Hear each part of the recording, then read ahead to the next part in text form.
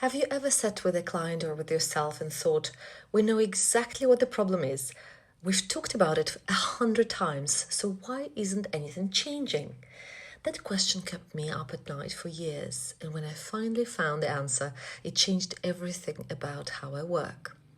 Virginia Satir, known as the mother of family therapy, said something in the 1960s that I believe is one of the most important insights in all psychology.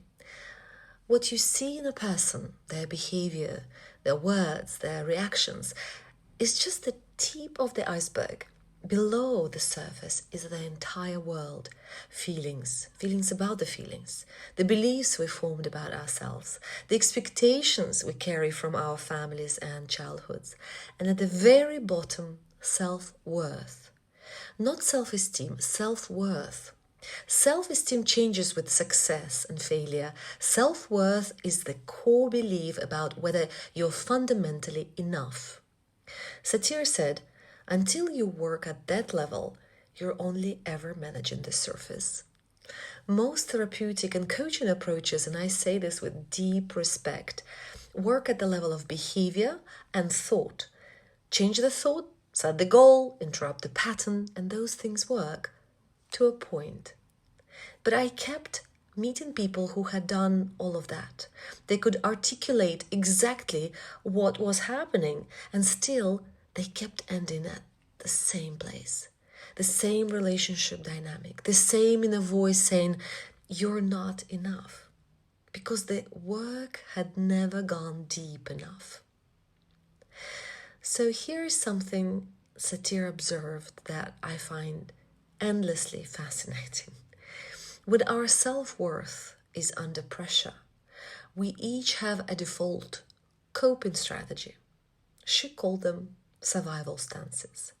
Some of us blame, pointing outward, using anger to protect the vulnerability underneath. Some of us placate, making ourselves small, keeping the peace at the cost of our own truth. Some of us become super reasonable, staying in our heads, analyzing, because as long as we're thinking, we don't have to feel. And some of us become irrelevant. We joke, distract, disappear from the conversation entirely. So, which one do you recognize in yourself? Now, we developed these as children because in our family system, they kept us safe.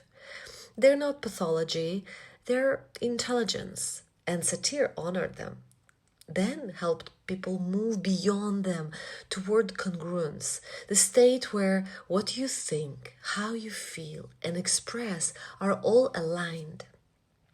Getting there requires going through change. And Satir mapped that process in 7 stages. The one I find most misunderstood is stage 4, chaos.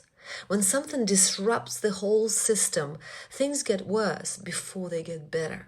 Most people quit here, interpreting the discomfort as evidence that change isn't working. Satir said, this is exactly where the work is happening. Stay with it. This is what my book is about. The Art of Transformation in Therapy and Coaching, Mastering Satir Tools, is a comprehensive, practical guide for therapists, coaches, and anyone who wants to or who works with people on a deep level. It covers the full Satir growth model, the iceberg, the congruence, survival stances, the change process, family reconstruction, the parts party, all connected to modern neuroscience with case studies and exercises in every chapter. Pre-orders are now open on Amazon and link in the description. Virginia Satir believed that what we call dysfunction is almost never brokenness.